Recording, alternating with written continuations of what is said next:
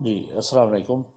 तो आज ये मैं आपको थर्ड बुक करवा रहा हूँ, बल्कि फोर्थ बुक है ये। इससे पहले तीन बुक्स हमने जो मैंने करवाई हैं। सबसे पहले हमने की थी इंट्रोडक्शन टू एजुकेशन, उसके बाद सेकंड थी philosophy of education, third history of education, और ये फोर्थ है जनरल मेथड्स ऑफ टीचिंग। इसका जो सिलेबस होगा जनरल मेथड ऑफ टीचिंग का, इसको तीन हिस्सों में डिवाइड करूँगा मैं। एक हिस्से में टीचिंग होगा, ठीक है, टीचिंग क्या है उसके हवाले से हम उसको डिस्कस करेंगे। टीचिंग मेथड, टीचिंग स्ट्रेटजी, ठीक है, टैक्टिक्स, टेक्निक्स, इनमें क्या फ़र्क होता है, मैक्सिम्स ऑफ टीचिंग क्या होते हैं। एक आज के लेक्चर में यहाँ तक करेंगे। कल हम करेंगे जनरल मेथड्स ऑफ टीचिंग, और एक लेक्चर इसका और रख लेंगे।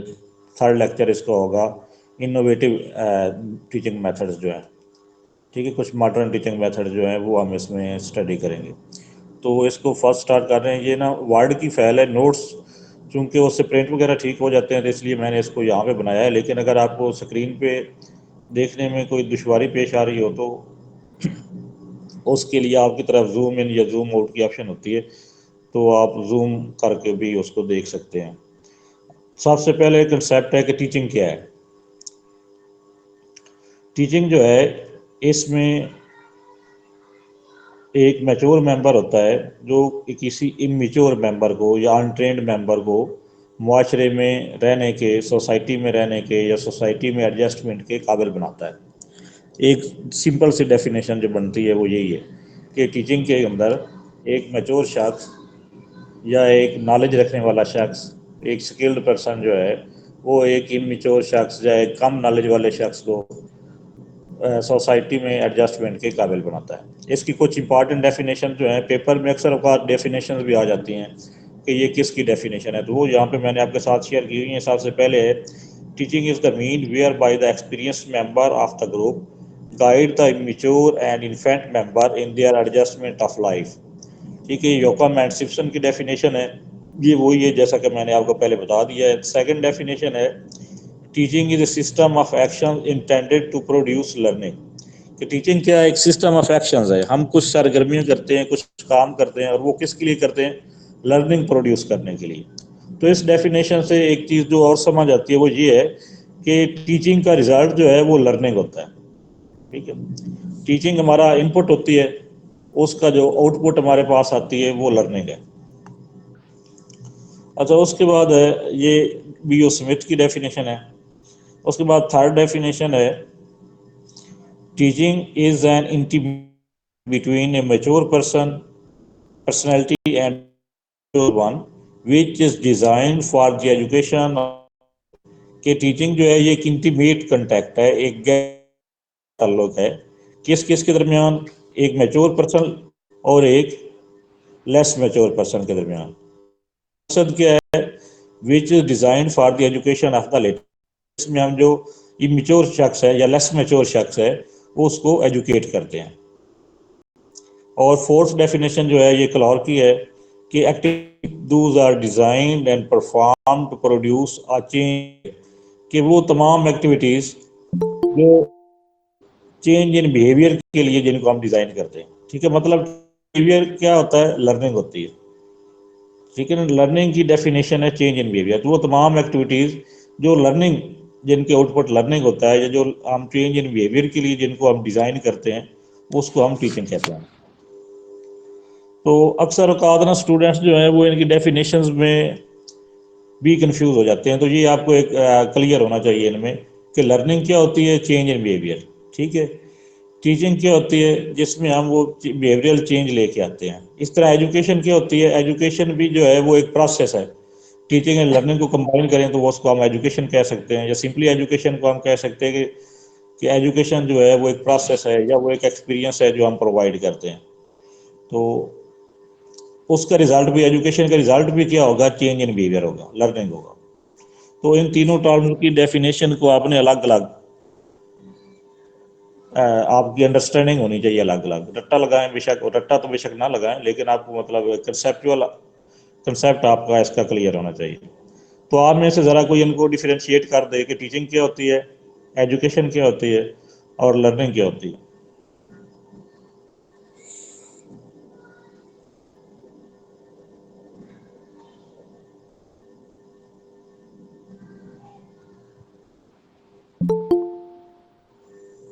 एनीवन?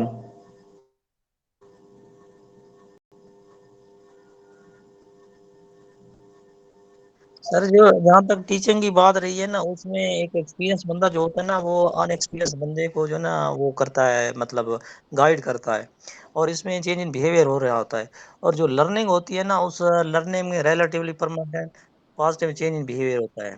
ये इसमें relative permanent positive change in behaviour का लफ्ज अक्सर मैंने बुक्स में पढ़ा है। जो एजुकेशन है ना, फिर वो जो एजुसेयर और एजुकेयर हैं, ठीक है, उसके मुताबिक उसको गाइड कर रहे होते हैं, और फ्यूचर के मुताबिक उसको ट्रेन कर रहे होते हैं। चलो ठीक है। उसके बाद नेक्स्ट हमारा इसमें टॉपिक है मैक्सिम्स ऑफ टीचिंग। ठीक है, मैक्सिम्स का मतलब होता है कुछ रूल्स। ठीक है, तो मैक्सिम्स ऑफ टीचिंग से मुराद है वो कुछ रूल्स जिनको हम अपनी टीचिंग को आसान बनाने के लिए इस्तेमाल करते हैं। ये टीचिंग के अंदर बच्चों को पढ़ाते हुए कुछ जो मुश्किल कंसेप्ट हमारे पास होते हैं, तो हम उन मुश्किल कंसेप्ट को किस तरह बच्चों के लिए अंडरस्टैंडेबल बनाते हैं, किस तरह बच्चों के लिए इजी बनाते हैं, तो उसको हम मैक्सिम्स ऑफ टीचिंग कहा जाता है। ठीक है, the term maxims of teaching may be defined as the rules for presenting difficult terms and concepts to make them easy to comprehend in classroom teaching। ठीक है, वही बात के टीचिंग क्या होता है, दूसरा मैक्सिमम टीचिंग से क्या मुराद है कि कुछ जो मुश्किल टर्म्स या कंसेप्ट होते हैं हम उनको बच्चों के लिए इजी बना देते हैं। Some important maxims of teaching जो है, सबसे पहले है कुछ इंपॉर्टेंट, ये आपके सामने शोर है। सबसे पहला कंसेप्ट में है, मैक्सिम है फ्रॉम सिंपल टू कम्प्लेक्स, के सबसे पहले हम बच्चों को सिंपल चीज़ों के बारे में बताते हैं और कम्प्लेक्स चीज़ों की तरफ बाद में हम प्रोसीड करते हैं। कि पहले जैसे फॉर एग्जांपल आपने 2 क्लास के बच्चे को काउंटिंग ही सिखाना शुरू करते हैं, तो उसमें आप पहले उसको एक एक इंच वाले प्लस के सवाल करवाते हैं, फिर दो दो इंच वाले करवाते हैं, फिर आप उसको कैरी करने का तरीका बताते हैं कि हासिल किस तरह लेना है आपने। तो आस्ता आस्ता आप जो है उसको कम्प्लेक्स की तरफ लेके जाते हैं।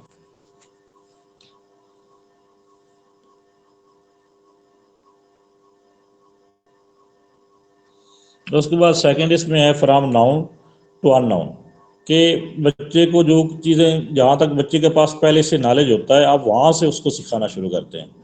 ठीक है, तो इसी के लिए तो मतलब हम जब लेसन प्लान बनाते हैं तो हम बच्चे का प्रीवियस नॉलेज चेक करने के लिए क्वेश्चन करते हैं, सबका वाकफियत का जायज़ा लेते हैं। अगर हम उर्दू में कहें तो वो क्यों लेते हैं, ताकि हमें पता चल जाए कि बच्चे के पास पहले कितना नॉलेज है और हमने उसको कहाँ से आगे पढ़ाना स्टार्ट करना है। थर्ड है from part to whole and whole to part. ठीक है, इसको हम एनालिसिस और सिंथेसिस कहते हैं। होल टू पार्ट जो है ये आगे लिखा हुआ कि बी एफ स्किनर प्रेफर। तो वोल टू पार्ट टू वोल क्या होता है कि हम पार्ट्स की मदद से होल को समझने की कोशिश करते हैं, और होल टू पार्ट का मतलब होता है उसको, इसको हम कहेंगे पार्ट टू होल को हम कहते हैं सिंथेसिस, के पार्ट्स होते हैं हमारे, हम उन पार्ट्स को इकट्ठा करते हैं। जैसे अगर हमने कंप्यूटर को समझना हो तो हम कंप्यूटर को उसके हिस्सों की मदद से समझने की कोशिश करेंगे, तो उसको हम कहेंगे पार्ट टू वोल। ठीक है, इस तरह हमारे पास एक वोल है और हम उन्हें उसको अलग अलग करें, उसका तजिया करें जिसको हम कहते हैं, तो उसको हम एनालिसिस करना कहते हैं। जैसे आप फर्ज करें कि जो लिटरेचर के लोग हैं, तो आ जाता है कि आपने इस नावल जो पढ़ा है, इस नावल पे का तजिया करें, तो आप उसका तजिया कैसे करते हैं कि इसके मुकालमे इस तरह है, इसका प्लाट इस तरह है, इसके के अंदर जो सीन है वो इस तरह के इस्तेमाल हुए। तो इसका मतलब है कि आपने उसके जो अज्जा जो हैं उनकी मदद से आप उसको एक्सप्लेन कर रहे हैं। अच्छा, फ्रॉम कंक्रीट टू अब्स्ट्रैक्ट, ये मैक्सिमम ऑफ टीचिंग है। इसका मतलब यही है कि बच्चे को पहले कंक्रीट चीज़ों के बारे में पढ़ाएं और उसके बाद अब्स्ट्रैक्ट नॉलेज की तरफ जाएं, क्योंकि कंक्रीट थिंकिंग जो है वो जल्दी डिवेल्प हो जाती है बच्चे के अंदर। जैसा कि आपने अगर प्याजे की थ्योरी पढ़ी है तो उसमें भी आपने देखा होगा कि थर्ड लेवल पे वो आ जाती है कंक्रीट थिंकिंग, और फोर्थ लेवल पे आती है अब्स्ट्रैक्ट थिंकिंग। तो कंक्रीट चीज़ों का नॉलेज जो है बच्चे जल्दी ले जाता है, जल्दी समझ आ जाती है उसकी। इस तरह from direct are seen to indirect, कि बच्चे ने जो चीज़ें देखी होती हैं जिनका उसके पास डायरेक्ट नॉलेज होता है, वहाँ से आपने स्टार्ट करना और आस्ता आस्ता आपने उन चीज़ों की तरफ लेके बच्चे को जाना है जो बच्चे ने अभी तक जिनके बारे में बच्चा नहीं जानता। इस तरह नेक्स्ट है फ्रॉम पार्टिकुलर टू जनरल। ठीक है, पार्टिकुलर टू जनरल का मतलब है जिसको हम यही कहते हैं वो इंडक्टिव मेथड। ठीक है, कि पहले आप मुख्तलिफ सिचुएशंस बच्चे के सामने रखते हैं और उसके उन सिचुएशंस की मदद से आप उसको जनरलाइज करते हैं बाद में, तो इसको हम कहेंगे पार्टिकुलर टू जनरल। ये इंडक्टिव और डिडक्टिव की डेफिनेशन अगर आपको मैंने शायद पिछले किसी लेक्चर में करवाई भी है कि अगर हम जाएं पार्टिकुलर टू जनरल तो उसको हम कहते हैं इंडक्टिव। इसी तरह अगर हम जनरलाइज हो कोई चीज़ पहले से जनरलाइज हो और उसको किसी पार्टिकुलर सिचुएशन में इस्तेमाल करें तो उसको हम कहते हैं डिडक्टिव मेथड। अच्छा, फ्राम इनाल इसके हवाले से हम पहले इसको एक लेक्चर में मैं एक्सप्लेन कर चुका हूँ। इसके ऊपर जो है ना वो एक मैंने वीडियो भी अपलोड की हुई है इंडक्टिव और डिडक्टिव मेथड के ऊपर बड़ी डिटेल के साथ। तो किसी का अगर वो कंसेप्ट क्लियर ना हो तो मैं वो वीडियो जो है वो भी मैं ग्रुप में शेयर कर दूंगा आपके साथ। अच्छा, उसके बाद है फ्राम एनालिसिस टू सिंथेसिस। ये वही बात है जो ऊपर होगी, पार्ट टू वोल या वोल टू पार्ट। और इंपीरिकल टू रैशनल, इंपीरिकल होता है एक्सपेरिमेंटल नॉलेज और इंपीरिकल का मतलब होता है एक्सपेरिमेंटल नॉलेज, और रैशनल होता है जो आप लॉजिक के साथ प्रूव करते हैं चीज़ों को। तो बच्चे को जो है वो तजर्बाती नॉलेज पहले दें, लॉजिक करना जो है वो बच्चे को बाद में सिखाएं, क्योंकि बच्चा जब खुद कोई चीज़ करेगा। सर अस्सलाम वालेकुम सर, एनालिसिस और सिंथेसिस का फिर बता दें। एनालिसिस का मतलब होता है कि आपके पास जो एक चीज़ होती है ना आप उसको उसके पार्ट्स में डिवाइड कर देते हैं। ठीक है, और सिंथेसिस का मतलब होता है कि आप पार्ट्स को जोड़ के एक होल बना लेते हैं। ये एक दूसरे के अपोजिट हैं, आप ये कह लें। Thank you sir. ठीक है, जैसे एनालिसिस में मैंने कहा है कि आपने कंप्यूटर को समझना है तो आप क्या करेंगे, कंप्यूटर को उसके हिस्सों में डिवाइड करेंगे कि ये इसका माउस है, कीबोर्ड है। तो इस तरह सिंथेसिस क्या होता है कि आप मुख्तलिफ जो टुकड़े होते हैं उनको समझते हैं और उनकी मदद से होल क्रिएट करते हैं। ठीक है ना, जैसे दर्जी जो है उसके पास कपड़े के मुख्तलिफ टुकड़े होते हैं और उन टुकड़ों को वो इकट्ठा करके एक सूट की शक्ल दे देता है, तो वो सिंथेसिस का काम होगा। अच्छा, इस तरह फिर आप साइकोलॉजी टू लॉजिकल के आप साइकोलॉजिकल चीज पहले चीज़ों को पढ़ाते हैं और लॉजिकल चीज़ों को बाद में पढ़ाते हैं। साइकोलॉजिकल का मतलब यहाँ पे ये होगा कि जो बच्चे की नफ्सियात से रिलेटेड चीज़ें, बच्चे की साइकी के मुताबिक, जो उसकी एज के मुताबिक उसको जिन चीज़ों की समझ आ सकती है वो चीज़ें आप उसको पहले करवाएंगे। अच्छा, उसके बाद है difference between teaching strategy, method, tactics और टेक्निक्स। कि teaching strategy, teaching method, tactics और टेक्निक्स के अंदर क्या फ़र्क होता है। इसको पहले सिंपल में अपने अल्फाज में आपको समझाता हूँ, उसके बाद जो यहाँ पे नोट्स में मैंने लिखा हुआ है फिर हम उसको देख लेंगे। तो इसके हवाले से ना अक्सर सवाल तो क्वेश्चन तो पेपर में आते ही रहते हैं, लेकिन लोग जो हैं वो ज़रा कंफ्यूज हो जाते हैं। तो स्ट्रेटजी जो है ये एक मिलिट्री टर्म है, ठीक है, जबकि उसके बरक्स जो टीचिंग मेथड जो है ये एक आर्ट है। मेथड जो है वो एक आर्ट है। मेथड होता है, फ़र्ज करें कि आप कहते हैं कि चाय बनाने का एक तरीका है, आप उस तरीके को फॉलो करते हैं तो आप चाय बना लेते हैं। ठीक है, या कुर्सी बनाने का एक तरीका है, ठीक है, आप उस तरीके को फॉलो करते हुए आप एक चेयर बना सकते हैं, कुर्सी बना सकते हैं। लेकिन क्या कोई मैच जीतने का तरीका है कि आप उस तरीके को फॉलो करें और मैच जीत जाए?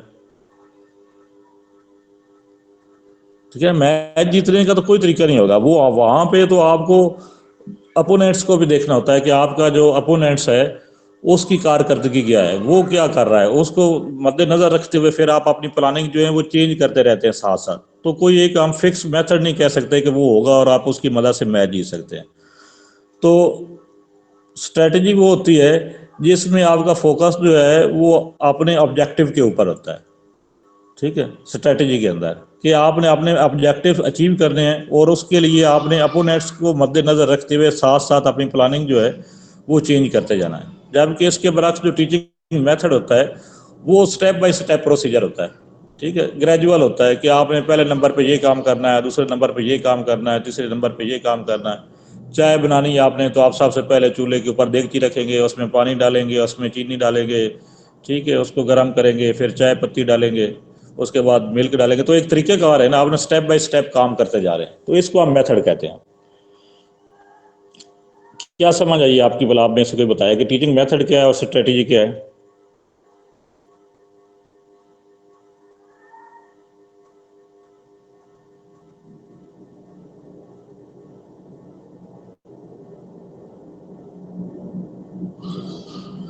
अच्छा, इसको ना मैं इधर से करवाता हूँ एंड पे, फिर इसको हम डिस्कस करेंगे। ये एक बार सारा आप रीड आउट करें तो इंशाल्लाह ताला आपको इसका ना जो डिफरेंस है वो क्लियर हो जाएगा। सबसे पहले हम देखते हैं कि टीचिंग स्ट्रेटजी क्या है।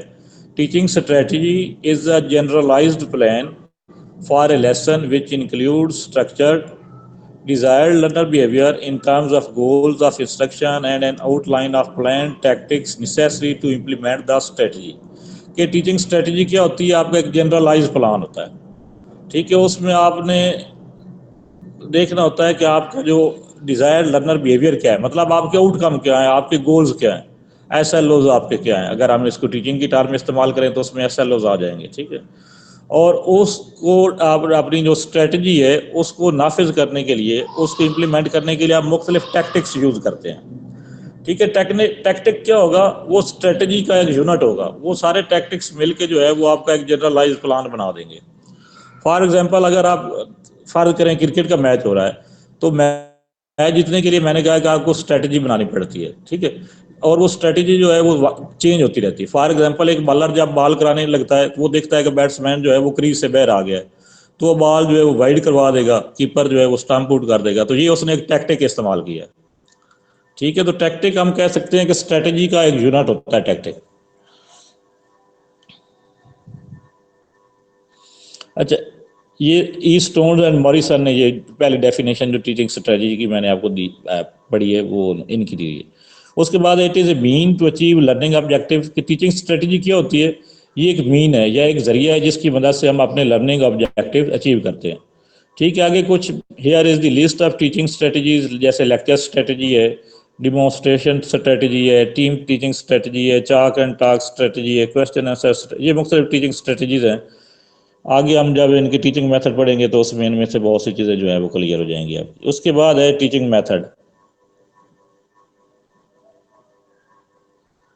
टीचिंग मेथड क्या है? Method is a style of the presentation of the content in the classroom. Teaching method ये है कि आपने अपना लेक्चर क्लास के अंदर किस तरह डिलीवर करना है। आमतौर पे हमारे जो लेसन प्लान बने होते हैं वो हमारा एक टीचिंग मेथड हम उसमें अपनाते हैं कि हम क्लास में जाएंगे, पहले ये काम करेंगे, उसके बाद नंबर 2 पे ये करवाएंगे, नंबर 3 पे ये करवाएंगे, नंबर 4 पे ये करवाएंगे। तो एक हम अपनी प्रेजेंटेशन बना के जो ले जाते हैं कि पहले किस तरह हमने तरतीब के साथ चलना है, तो वो उसको हम टीचिंग मेथड कहते हैं। All the method can be classified under 3 heads, ठीक है। तमाम जो टीचिंग मेथड्स हैं उनको हम 3 कैटेगरीज में डिवाइड कर सकते हैं। कुछ टेलिंग मेथड होते हैं, कुछ शोविंग मेथड होते हैं और कुछ डूइंग मेथड होते हैं। Telling, showing and doing. Telling method वो होते हैं जिसमें टीचर जो है वो बताता है, जिसमें लेक्चर मेथड है, क्वेश्चनिंग होती है, डिस्कशन होती है, तो इन मेथड्स को हम कहेंगे टेलिंग मेथड। उसके बाद शोइंग मेथड होता है जिसमें टीचर जो है वो कुछ करके दिखाता है उनको, जैसे डिमॉन्स्ट्रेशन मेथड है या एक्सक्यूजन मेथड है जिसमें ट्रिप वगैरह आ जाते हैं। इस तरह डूइंग मेथड में होता है जिसमें स्टूडेंट खुद से कोई काम करते हैं, जिसमें प्रोजेक्ट मेथड है, रोल प्ले मेथड है, प्रैक्टिकल मेथड है। तो ये सारे इसकी 3 टाइप्स हो जाएंगी। आगे इनमें थोड़ा सा डिफरेंशिएट मैंने किया हुआ है कि इनमें फ़र्क क्या है टीचिंग मेथड और टीचिंग स्ट्रेटजी के दरमियान, ठीक है। सबसे पहले है टीचिंग मेथड। टीचिंग मेथड जो है एक पेडागोजिकल टर्म है, ठीक है, जबकि टीचिंग स्ट्रेटजी जो है, स्ट्रेटजी का लफ्ज़ जो है ये मिलिट्री साइंस से आया है। मेथड क्या है? इट इज़ आर्ट है, और स्ट्रेटजी को हम कहेंगे कि ये एक साइंस है। मेथड क्या होता है कि it is mode of content presentation, कि कंटेंट को हमने क्लास में किस तरह प्रेजेंट करना है उसको शो करता है। जबकि इसके मुकाबले में स्ट्रेटजी जो है वो हमें बताती है कि हमने हमारे जो ऑब्जेक्टिव थे वो किस तरह अचीव करने हैं। तो इस तरह जो मेथड है वो एक मैक्रो अप्रोच है, और उसके बरक्स जो स्ट्रेटजी है वो माइक्रो अप्रोच है। मैक्रो का मतलब होता है कि आप तो सारा पहले एक आप ब्रॉडर प्लान बना के ले जाते हैं, उसी को आप फॉलो करते हैं, तो वो होगा टीचिंग मेथड। माइक्रो इसलिए हम कहते हैं टीचिंग स्ट्रेटजीज को कि इसमें आप लहजा बलहजा जो आपकी स्ट्रेटजी जो है वो बदलती रहती है। आपकी जो फर्ज करें आपकी अपोनेंट्स पे नज़र होती है। अपोनेंट्स तो अब हम यहाँ पे ले रहे हैं ना कि आपके सामने कोई दूसरी टीम खड़ी है, लेकिन अगर आप एक टीचर क्लास में जब खड़ा होता है, वो पढ़ा रहा होता है, तो उसके सामने जो अपोनेंट उसके वो स्टूडेंट ही होते हैं। जब आप पढ़ा रहे होते हैं तो आपको स्टूडेंट्स के चेहरों से, उनकी शक्लों से, उनके गेस्चर से आपको अंदाज़ा हो रहा होता है कि आपकी बात की उनको समझ आ रही है या नहीं आ रही। तो एक अच्छा टीचर क्या करता है, वो जब क्लास में कोई चीज़ बच्चों को समझाता है, तो उसके बच्चों को चेहरे को देख के उसको अंदाज़ा होता है कि इस चीज़ की तो बच्चों को समझ नहीं आई जो मैंने करवाया। तो फिर वो उसको अपना तरीकाकार तब्दील करके समझाता है। फिर वो उसके साथ कोई अपनी मज़ीद एग्जाम्पल ऐड करता है या अपनी एग्जाम्पल को चेंज करके बच्चों को बताता है, तो ताकि बच्चे जो हैं वो उसको समझ सकें। तो इसका मतलब है कि आप मुख्तलिफ टैक्टिक्स इस्तेमाल कर रहे हैं कोई कंसेप्ट बच्चों को समझाने के लिए। ठीक है, जब टीचिंग मेथड के जो सब यूनिट्स होंगे या पार्ट्स होंगे उसको हम टेक्निक कहते हैं। इसके बरक्स जो टीचिंग स्ट्रेटजी के यूनिट होंगे उनको टैक्टिक कहा जाता है। अगर हमने चेक करना हो कि हमारा टीचिंग मेथड कामयाब हुआ है कि नहीं, तो हम इसका टेस्ट क्या होगा कि हम अपना सब्जेक्ट मैटर चेक करेंगे। ठीक है, और जबकि मतलब जो हमने डिलीवर करना था अगर वो हमने पूरा डिलीवर कर दिया है, तो इसका मतलब है कि हमारा टीचिंग मेथड जो है वो कामयाब रहा है। जबकि टीचिंग स्ट्रेटजी में होगा कि जो हम अचीव करने जा रहे थे, जो हम एक उन स्टूडेंट्स के अंदर जो है चेंज लाने की कोशिश कर रहे थे, वो चेंज उनके अंदर आई है या नहीं आई। उनके बिहेवियर में वो चेंज आएगी तो हमारा जो टीचिंग स्ट्रेटजी है हम उसको कहेंगे कि ये कामयाब है। तो ये यहाँ तक जो है ना, इसमें ये चार चीज़ें आई हैं। एक है टीचिंग मेथड, एक टीचिंग स्ट्रेटजी, उसके बाद है इसमें टीचिंग टैक्टिक्स, और फिर है टीचिंग टेक्निक्स। तो इन चारों के हवाले से ना वो बारी बारी थोड़ा सा बता दें। इस पे जितनी आप डिस्कशन करेंगे उतने ये कंसेप्ट जो है वो आपके क्लियर होंगे।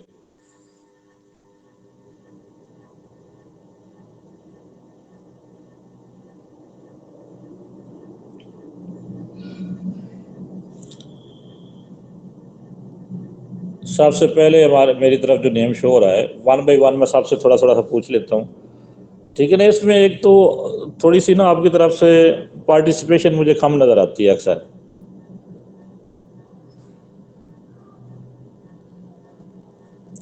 आमना नज़ीर, आप बताइएगा क्या आपने फ़र्क इसमें देखा है, टीचिंग मेथड क्या है और टीचिंग स्ट्रेटजी क्या है।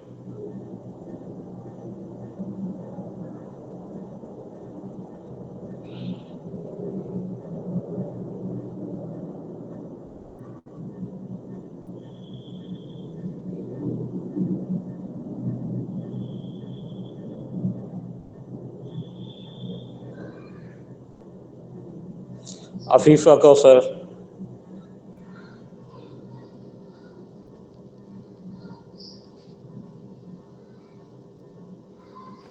जी सर।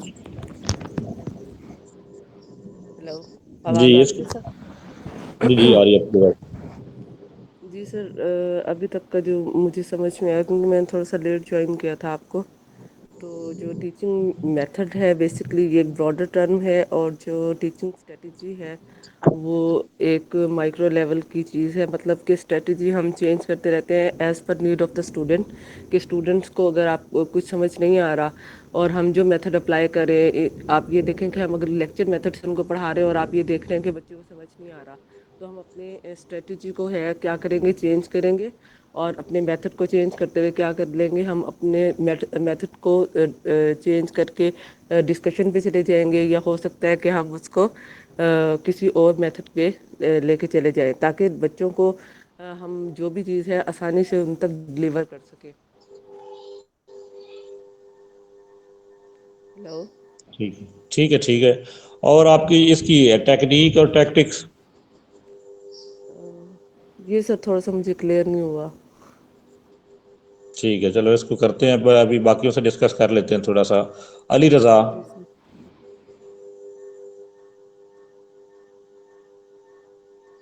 ये टेक्निक जिसका सर ये मेथड है ना, ये ब्रॉडर टर्म है। इसी तरह टेक्निक भी एक ब्रॉडर टर्म है, और टैक्टिक जो है ना उसके सब टर्म है। ये बेसिकली जो है ना ये ग्रीक वर्ड है, ये टेक्टोस से ये निकला है। तो ये बेसिकली साइंस के लिए यूज होता है सर। ठीक है। तो मुझे जो चीज आपकी समझ तरफ आई सिग्नल इशू है, वॉइस जी आपकी सर। क्लियर नहीं आ रही।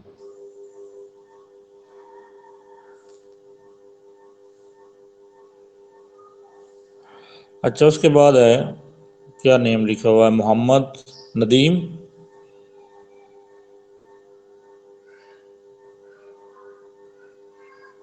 अस्सलाम वालेकुम। जी जी, थोड़ा इनको करें इलाबोरेट, आपको क्या समझ आई है, टीचिंग मेथड, टीचिंग स्ट्रेटजी, वालेकुम सर। टेक्निक्स और टेक्निक्स। सर ये जो टीचिंग स्ट्रेटजी है ये एक जो है ना जी जी जी सर। सर जी टीचिंग जो स्ट्रेटजीज होती है इसमें सबसे पहले हम अपने जो मकासद है ना उसके ऊपर फोकस करते हैं कि हम जिस ठीक मकसद है, के तहत जबरदस्त। स्कूल क्लास में दाखिल हुए हैं तो हमारे टारगेट क्या है, हम उन टारगेट को अचीव करना हमारा सबसे पहला जो एम होता है स्ट्रेटजी में। ठीक है सर। और ठीक इसके है, बाद जो मेथड होता है उसमें हमने स्टेप बाय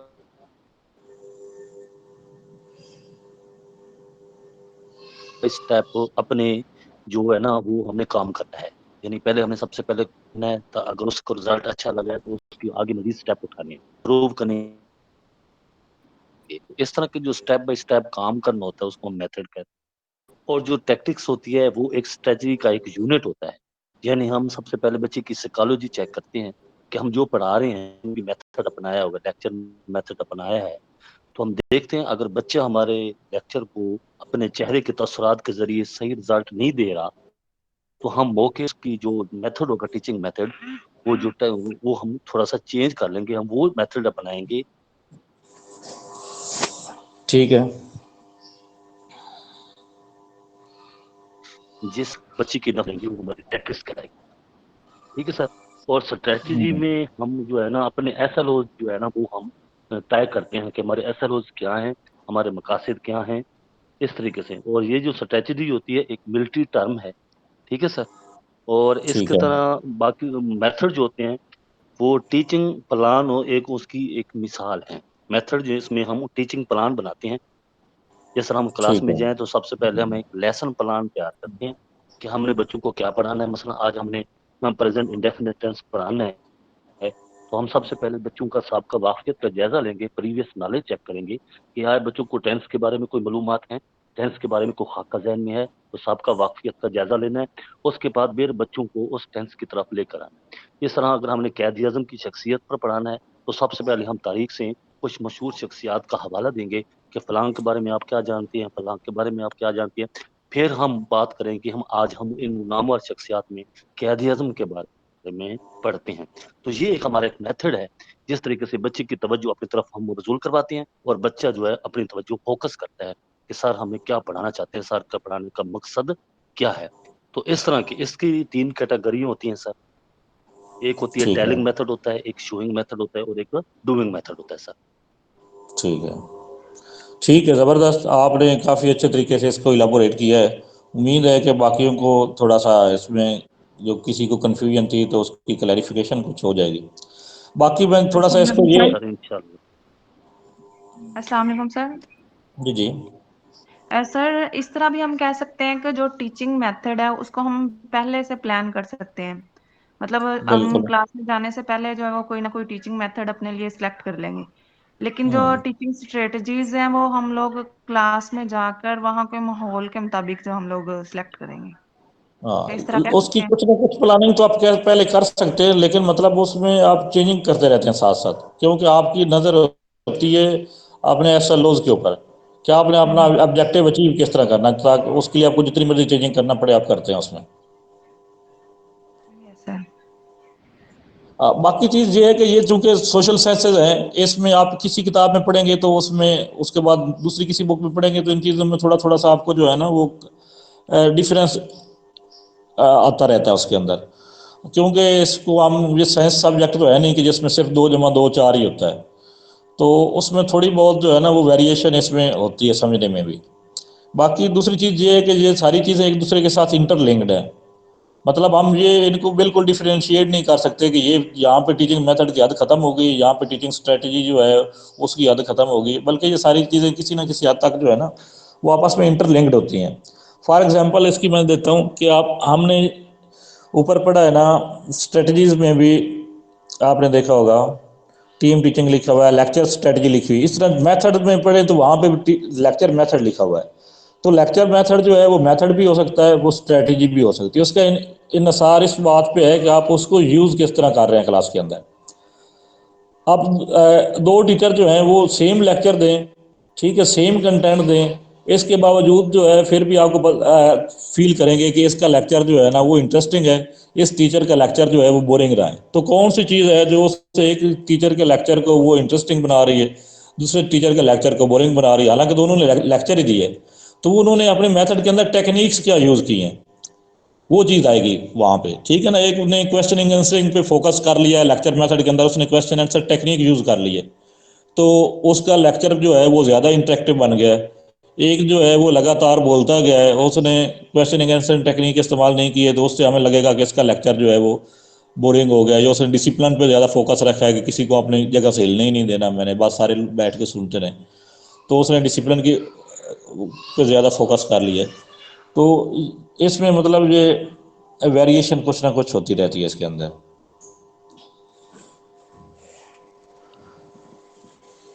बाकी इनकी अगर आप नेट से मज़ीद इसकी प्रैक्टिस वगैरह करेंगे, ये जो मैंने इसके नोट्स बनाए हैं ना इनके डिफरेंशिएट करने के हवाले से, ये सबसे अच्छे मुझे लगे थे जो पुरानी बीएड की बुक थी ना एजुकेशन यूनिवर्सिटी की, उसमें से ये डाटा लेके बनाए हैं, और मुझे सिर्फ उसी की सही समझ आई है इस टॉपिक के हवाले से। बाकी बहुत सी नेट से भी मैंने इसको डिस्कस किया है, या इधर उधर से भी, तो बहुत सी चीज़ें जो है ना वो आपस में गड़बड़ सी हो जाती हैं। तो एजुकेशन यूनिवर्सिटी की ये बीएड की बुक है जनरल मेथड ऑफ टीचिंग की, उसमें से मैंने ये ना इसको मतलब चीज़ें ली हैं। और उस में से लेने की मेरी एक वजह ये भी है कि चूंकि जो लेक्चरर एजुकेशन का पेपर बनता है ना वो एजुकेशन यूनिवर्सिटी से ही बन जाता है, तो इसीलिए उनके जो सिलेबस से मिलती जुलती चीज़ें होती हैं उनमें से पेपर ज़्यादा आ जाता है। क्वालिफाइंग गाइड से भी पेपर ज़्यादा आने की वजह यही होती है कि क्वालिफाइंग गाइड जो है वो उनके सिलेबस का हिस्सा रही है एजुकेशन यूनिवर्सिटी के। अब तो उसमें बहुत सी चेंजिंग उनके सिलेबस में भी आ चुकी हैं, और वो चेंजिंग जो है वो हमें टेस्ट में भी नज़र आती हैं, लेक्चरर के टेस्ट में भी।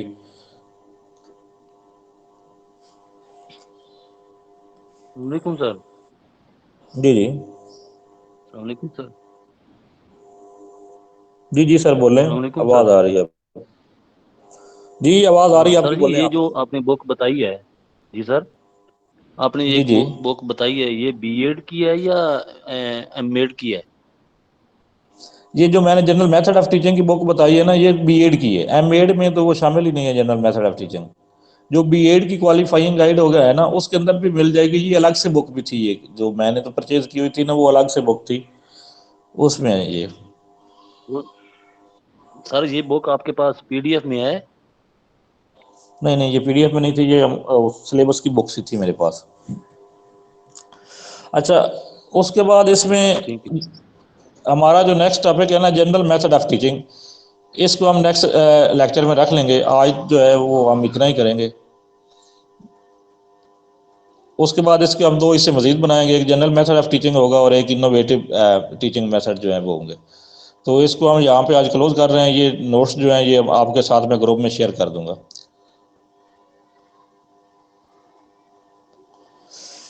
ठीक है, अल्लाह हाफिज़। अल्लाह हाफिज़ सर, ठीक है। कोई मजीद भी अगर आपको क्वेश्चन महसूस हो तो आप ग्रुप में कर सकते हैं मैसेज में आंसर